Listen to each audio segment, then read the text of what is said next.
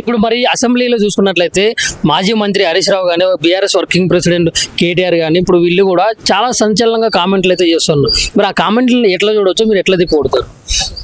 Fire brands ఉండాలి, అసెంబ్లీలో గట్టిగా మాట్లాడాలి, ఉట్టి రేవంత్ రెడ్డినే మొత్తం ఆన్సర్లు ఇవ్వాలి, సెట్ ఆఫ్ మినిస్టర్స్ ఆన్సర్లు ఇవ్వాలి, అక్కడ కూర్చున్న ఎమ్మెల్యేస్ ఆన్సర్ ఇవ్వాలి. అందరికీ అవగాహన ఉన్నది కదా, గట్టిగా మాట్లాడాలి. కేటీఆర్ కానీ హరీష్ రావు కానీ ఏదైనా పీకుడు కాళ్ళు లేకుంటే వాళ్ళు ఆస్మాన్ నుంచి ఆకాశం నుంచి వచ్చినారు, వాళ్ళు కూడా మనుషులు, వాళ్ళు కూడా ప్రజల ఓటుతో గెలిచి వచ్చినారు. ఓకే, వాళ్ళ టీఆర్పీ కోసం వాళ్ళు మాట్లాడతారు, వాళ్ళ కంటెంట్ వాళ్ళు మాట్లాడతారు, వాళ్ళ యాస వాళ్ళ భాష ఆయన మాట్లాడతారు. మా కాంగ్రెస్ వాళ్ళకు ఏమైంది రా భయ్, మాట్లాడాలి కదా. మరి ఇప్పుడు కాంగ్రెస్ ప్రభుత్వంలో మరి ఇప్పుడు మరి ఒక బీసీలకి 42% వచ్చినా కానీ ఇది కేంద్రం చేతిలోనే ఉందన్నట్లు మాట్లాడుతూ ఉన్నారు. అది ఇప్పుడు బీసీలకు రాజ్యాధికారం రావాలి, అది బీజేపీతోనే సాధ్యం అన్నట్టు కూడా మాట్లాడుతాను. దానికి ఏం చెప్తారు? 100% పార్లమెంట్ లో వాళ్ళ దగ్గర నంబర్ ఉన్నది, అర్థమెటిక్ నడుస్తుంది. ఒక హిస్టరీ క్రియేట్ చేస్తున్నాడు మా ముఖ్యమంత్రి రాహుల్ గాంధీ పెట్ ప్రోగ్రామ్ కి. ఇంత బ్యూటిఫుల్ గా, ఇంత సైంటిఫిక్ గా, ఇంత అక్యురేట్ గా, ఇంత క్లీన్ గా, ఇంత క్లియర్ గా తెచ్చిన ఒక వ్యక్తి after independence, one man Revanth Reddy గారు. అది అందరు మెచ్చుకోవాలి, ఒప్పుకోవాలి, రైట్? సో పార్లమెంట్ లో నంబర్ మన దగ్గర లేదు, వాళ్ళ దగ్గర ఉన్నది కాబట్టి వాళ్ళు కాంగ్రెస్ పంపింది బిల్ పాస్ చేయరు కాబట్టి బీసీ బిల్ పాస్ కావాలి అంటే కష్టం. ఒక బీసీలకు రాజ్యాధికారం రావాలంటే అది బీజేపీతోనే సాధ్యం అని చెప్పి బీజేపీ నాయకులు చెప్తా ఉంటారు. దానికి ఏం చెప్పలేదు. 100% అర్థమెటిక్. పార్లమెంట్ లో వాళ్ళ దగ్గర నంబర్ ఉన్నది. ఇండియాలో డెమోక్రసీలో నంబర్ విల్ విన్, నంబర్ వాళ్ళ దగ్గర ఉన్నది, మా దగ్గర నంబర్లు లేవు. So nothing we can do, only BJP can get that bill. అది క్లారిటీ క్లియర్ గా, వేరే వాళ్ళు వేరే విధంగా చెప్తారు కానీ ఫిరోజ్ ఖాన్ విధం అది కాదు.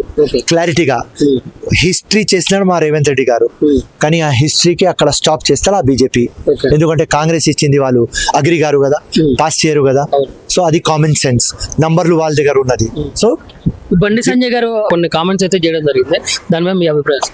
ఏం కామెంట్లు అంటే ఇప్పుడు మామూలుగా డీలిమిటేషన్ ఇట్లాంటి డీలిమిటేషన్ కూడా మళ్ళీ వాళ్ళ దగ్గర నంబర్లు ఉన్నాయి. ఎంతైనా మా కాంగ్రెస్ పార్టీ ఫైట్ చేయండి, వాళ్ళ దగ్గర నంబర్లు ఉన్నది, రైట్? పోరాటం మేము చేస్తాం, ప్రజల ముందు వాస్తవాలు పెడతామన్నా. ఇది మళ్ళీ బండి సంజయ్ ఆ రిజర్వేషన్ బీసీ దాని గురించి ముస్లిమ్స్ కి ఇన్వాల్వ్ చేస్తారంటే, అరే ముస్లిమ్స్ లేరు రాబాయ్, ముస్లిమ్స్ ఎవరు పాకిస్తాన్ కి ప్రేమ చేస్తుంటే అక్కడ వెళ్ళిపోయినారు కదా, దాని తర్వాత ఇండియాలో ఉన్నారు కదా.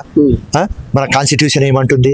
దట్ వీఆర్ ఆల్ ఈక్వల్ కదా, sovereign, secular, social, democratic republic, అదే కదా, ఆల్ ఈక్వల్ కదా. కాన్స్టిట్యూషన్ లో క్లియర్ రాసి ఉన్నది కదా, safeguard the interest of minorities. ఇప్పుడు మైనారిటీస్ మాకు రిజర్వేషన్ ఏదో అడుగుతున్నాం, సచ్చార్ కమిటీ ఉన్నది, సచ్చార్ మిశ్రా, ఇంకా డావల సుబ్రహ్మణ్యం, ఇంకా అమితాబ్ కుంజ్, ఇంత కమిషన్లు, ఇంత కమిటీస్ మొత్తం వెరిఫికేషన్ చేసిన తర్వాత, రిపోర్ట్లు సబ్మిట్ చేసిన తర్వాత ఏం వచ్చింది? ముస్లిమ్స్ కూడా చాలా బ్యాడ్ సిచ్యువేషన్ లో ఉన్నారని, సోషలీ అండ్ ఎడ్యుకేషన్లీ బ్యాక్వర్డ్ ఉన్నారు కాబట్టి దానికోసం మాకు రిజర్వేషన్ ఇవ్వాలా. అరే మేము గట్టిగా ఉంటే మీకు రిజర్వేషన్ ఎందుకు పడతాం అయ్యా? ఇన్ని కమిషన్లు, ఇన్ని కమిటీలు పెట్టినారు, అన్ని రిపోర్ట్లు మా ఫేవర్ లో ఇచ్చినారు. దాని తర్వాత మేము ఇండియన్ కదా, మేము పాకిస్తాన్ కాదు కదా, బంగ్లాదేశ్ కాదు కదా, శ్రీలంక కాదు కదా, ఆఫ్ఘనిస్తాన్ కాదు కదా.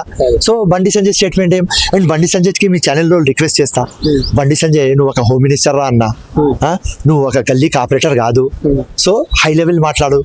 ఎప్పుడు ఈ పాకిస్తాన్, ఇండియా, ముస్లిం, హిందూ, ఈ మస్జిద్, దర్గా, మందిర్, ఈ లంగా మాటలు ఎందుకు రన్నా? కొద్దిగా గట్టిగా మంచిగా రాయల్ గా మాట్లాడు. నువ్వు ఇండియాకి హోమ్ మినిస్టర్, మేము కూడా మీకు చూసుకొని అబ్బా మా హోమ్ మినిస్టర్ ఇంత గట్టిగా మంచిగా మాట్లాడినారని మాకు తృప్తి, సంతోషం కావాలి. చిన్న పిల్లలాగా మాట్లాడకు సార్. ఇప్పుడు మరి మీరు కాంగ్రెస్ పార్టీలో ఎంత సీనియర్ లీడర్ అండ్ అనునిత్యం కూడా ప్రజల్లో ఉండి ప్రజల సమస్యలు కూడా పట్టించుకొని చేస్తున్నటువంటి మీరు ఒక నాయకులు అయి ఉండి, మరి కాంగ్రెస్ ప్రభుత్వం మరి మిమ్మల్ని ఎందుకు పట్టించుకోలేదు? పార్టీ అసలు మిమ్మల్ని ఎందుకు గుర్తించట్లేదు? ఎందుకు ఇప్పటి వరకు కూడా ఏ పోస్ట్ కూడా ఇవ్వలేకపోతుంది? చివరికి ఎమ్మెల్సీ విషయంలో కూడా కొంచెం మీకు చేదు అనుభవం అయితే ఏర్పడింది పార్టీ తరపు నుంచి. దానికి ఏం చెప్తారు సార్? పార్టీకి ఏదైనా అడిగినా నేను ఫస్ట్ పాయింట్ నేను అడగలేదు. ఓకే, గట్టి క్యాండిడేట్, కమిటెడ్ క్యాండిడేట్, మొత్తం జీవితం అంకితం చేసిన మాకు ఇవ్వాలి. ఓకే, పార్టీకి ఏం అర్థమవుతుంది? వీడు ఒక ఫైటర్, వీడు ఒక లయన్, టైగర్, ఒక గుర్రం, వీడికి ఎలక్షన్ లో తీసుకుపోదాం. సో నేను 5 times ఎలక్షన్ ఓడిపోయినా. ఎవరైనా ఇంత పొగరుతో చెప్పరు, కానీ నేను పొగరుతో చెప్తా. Okay. 5 times ఓడిపోయినా. లాస్ట్ టైం 2000 ఓట్లతో ఓడిపోయినా. 15 months అయింది అలా. ఒక్క హాలిడే కూడా తీసుకోలేదు. 24/7 ప్రజల్లో ఉంటా. నా మైండ్ లో ఒకటే ఉన్నది, 6th time పోవాలి, పబ్లిక్ ఆశీర్వాదంతో ఓట్లు గెలుచుకొని అసెంబ్లీలో కూర్చోవాలి. నాకు పార్టీ ఏమున్నది ఆనెస్ట్ గా చెప్తా. నేను ఒక మంచి ఆశ ఉంటది. నామినేటెడ్ పోస్ట్ ఇస్తే గుడ్, లేకపోతే కూడా వెరీ గుడ్. రైట్, ఇచ్చిన ఇవ్వైనా కానీ వెరీ గుడ్. పబ్లిక్ ఆశీర్వాదం ఉన్నది, పార్టీ ఆశీర్వాదం ఉన్నది. నాకు ఏమరా పబ్లిక్ లో ఉంటా, సబ్జెక్ట్ మీద అవగాహన ఉన్నది, కంటెంట్ ఉన్నది, లంగా పనులు చేయను, డబ్బులు సంపాదించుకోను, కులం మతం నా దగ్గర లేదు. ఎవరు వస్తే వాడికి హెల్ప్ చేస్తా. ప్రతి ఒక్క ఆఫీసర్ దగ్గర మన గవర్నమెంట్ కూర్చుంటా, పబ్లిక్ పని చేసుకుంటా. సో నాకు ఏం ఆశ లేదు. నాకు ఆశ ఏమున్నది అంటే గెలవాలి, ఓకే ఆ ఆశ ఉన్నది. 5 సార్లు ఓడిపోవడానికి గల కారణం ఏమి? బోకసోట్లు 100 times చెప్పిన, ఇలా కూడా చెప్తున్నా. బోకసోట్లు. కానీ అదృష్టం వచ్చింది. పబ్లిక్ నాకు చెప్పేది, అరే ఎప్పుడు ఆ ఆధార్ కార్డ్ తో ఎలక్ట్రల్ రోల్ లింక్ కావాలి, ఇప్పుడు అవుతుంది.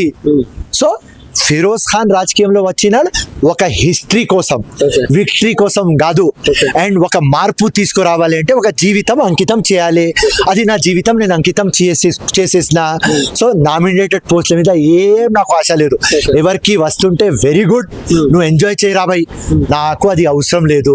పార్టీ ఒకవేళ ఎస్ ఫిరోజ్ ఖాన్ కి ఇవ్వాలి, థ్యాంక్ యూ, లేకుంటే నో ప్రాబ్లం. లేకపోయినా కానీ థ్యాంక్ యూ వెరీ మచ్. ఆ భారం ఎందుకు నా నెత్తి మీద మళ్ళీ ఒక భారం?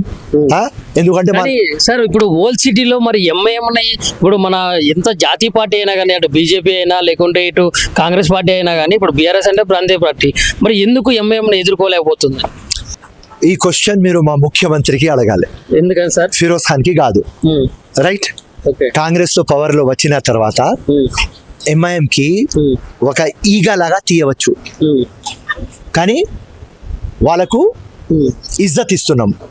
సో నాకు అర్థమైతలేదు. సో ఈ క్వశ్చన్ రేవంత్ రెడ్డి గారికి మీరు అడగాలి. రైట్, ఇదే ఎంఐఎం పార్టీ మీకు గాని కాంగ్రెస్ పార్టీకి గాని ఇంత తిట్టినారు, మొత్తం ఇండియాలో బ్రేక్ చేసినారు. రాహుల్ గాంధీ గాని ప్రియాంక గాంధీ గానికి బూత్లు తిట్టినారు. గాంధీ భవన్ గేట్ లో గుసాయిస్తారని చెప్పినారు. రేవంత్ రెడ్డికి రైట్ నువ్వు ఆర్ఎస్ఎస్ చడ్డీ పొట్టోడు అని చెప్పినారు. ఇన్ని దొంగ మాటలు చెప్పిన తర్వాత కూడా నువ్వు ఎందుకు ఇజ్జత్ ఇస్తున్నావు అని ఈ క్వశ్చన్ మీరు మా ముఖ్యమంత్రికి అడగాలి.